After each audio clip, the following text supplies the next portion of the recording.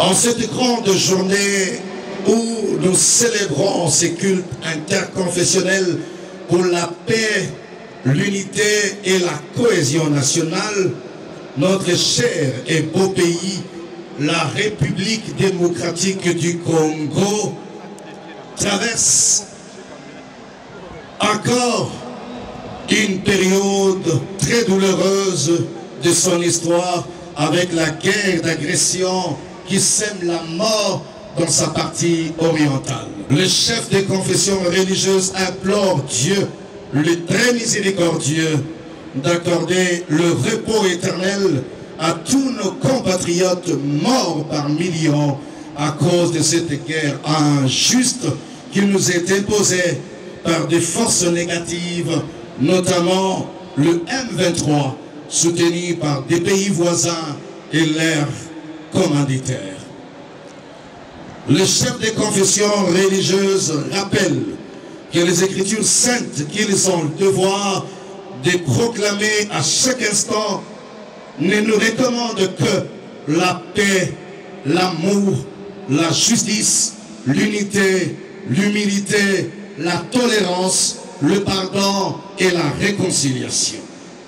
En cette période cruciale de notre histoire où les ennemis de la paix sont à nos portes, alors que nous nous préparons pour les élections qui doivent se tenir en cette année au mois de décembre, la RDC a plus que jamais besoin de la paix, d'unité, de la cohésion nationale pour ne pas prêter les flancs à ces forces négatives. Le chef des confessions religieuses appelle les acteurs politiques et retenus afin de préserver la paix et la cohésion nationale.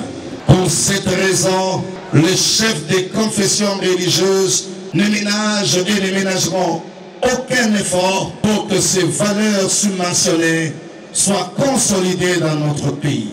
Car le tribalisme, la division, les discours de la haine et les manques de patriotisme ne feront que nous affaiblir. Prions le Seigneur, ce moment merveilleux de prière pour nos frères, pour le pays, pour le président de la République et pour tout le peuple congolais.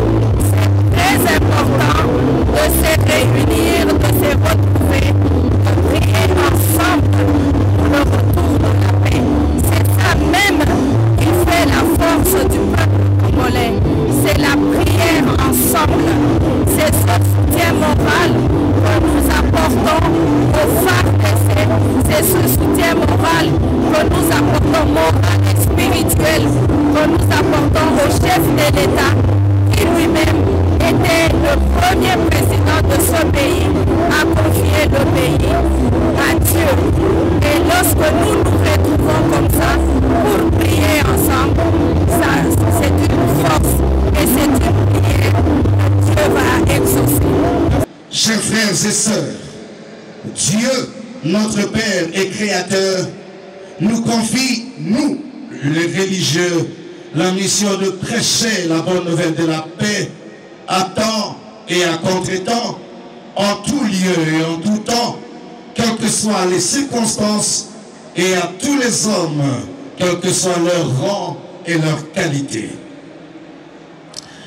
Nous aurons failli à notre vocation de messager de la paix, synonyme de développement, si à ce stade, nous n'attirons pas l'attention du peuple de Dieu sur les velléités qui peuvent briser la paix et la souveraineté que nous avons chèrement acquises.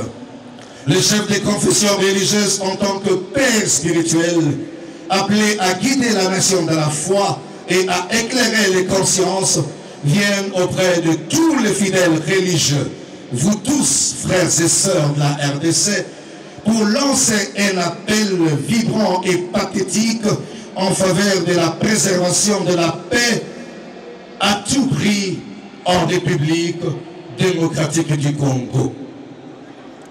Chers frères et sœurs, le chef des confessions religieuses appelle les Congolais et les Congolaises à préserver la paix sur toutes ses formes pour mettre le pays à l'abri de toutes sortes de violences dont personne ne saurait prévoir l'issue. C'est pourquoi le chef des confessions religieuses invite la population à demeurer dans la prière, l'unité et la concorde nationale. Il rappelle aux Congolaises et Congolais que quelles que soient nos différences d'ethnie, de langues, d'opinions, de religions, nous sommes tous frères et sœurs et nous n'avons que la RDC comme patrie. Le chef des confessions religieuses implore les dieux tout-puissants dont les mains ont toujours protégé la République démocratique du Congo de veiller sur ses ennemis et de transformer le cœur de ces derniers pour qu'une paix réelle et durable règne dans le pays et dans toute la région.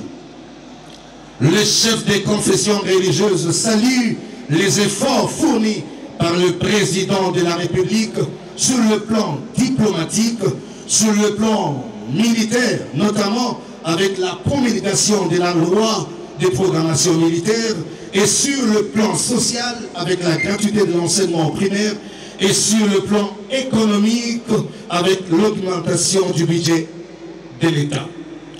Et ils implorent Dieu d'assister le président de la République dans ses charges en vue d'aboutissement heureux de tous ces efforts au bénéfice du peuple congolais. Les confessions religieuses exhortent le président de la République, garant de la nation, à œuvrer davantage pour la cohésion de l'unité, de la concorde et de la cohésion des filles et fils, de ses filles et fils, car là où règnent ces trois choses, la main de Dieu est manifeste. Le chef des confessions religieuses exhorte le gouvernement de la République à continuer de financer les processus électoraux en vue de la tenue des élections démocratiques, transparentes, inclusives et apaisées.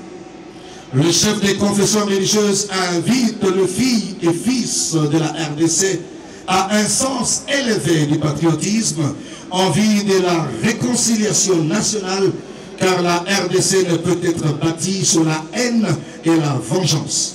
Elle ne peut non plus s'édifier dans la méfiance et la suspicion.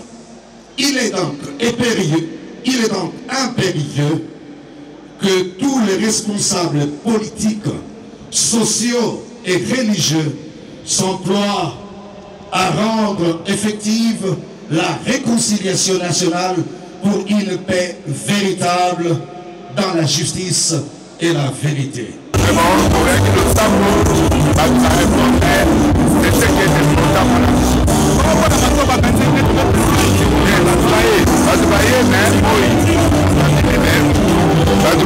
La prière a été faite et qui c'est bon. La paix au Congo, la paix au Congo, tout à Haïti, tout ce qu'on a compris, Les impressions sont très bonnes. Effectivement, nous venons tous de constater que le peuple congolais est déterminé à mettre fin à la guerre. Et je pense que ce que nous avons vécu aujourd'hui au stade, c'est le signe de l'unité, de la cohésion autour de cette peste qui est en train de détruire le peuple congolais, qui est la guerre. Et aujourd'hui, les Congolais ont montré que devant la guerre d'agression, ils peuvent s'unir et être une même personne. On a vu toutes les confessions religieuses, ils étaient ici présents pour prier pour le retour de la paix à l'est de notre pays. Et ça, glorifions le Seigneur, ce moment merveilleux de prier pour nos frères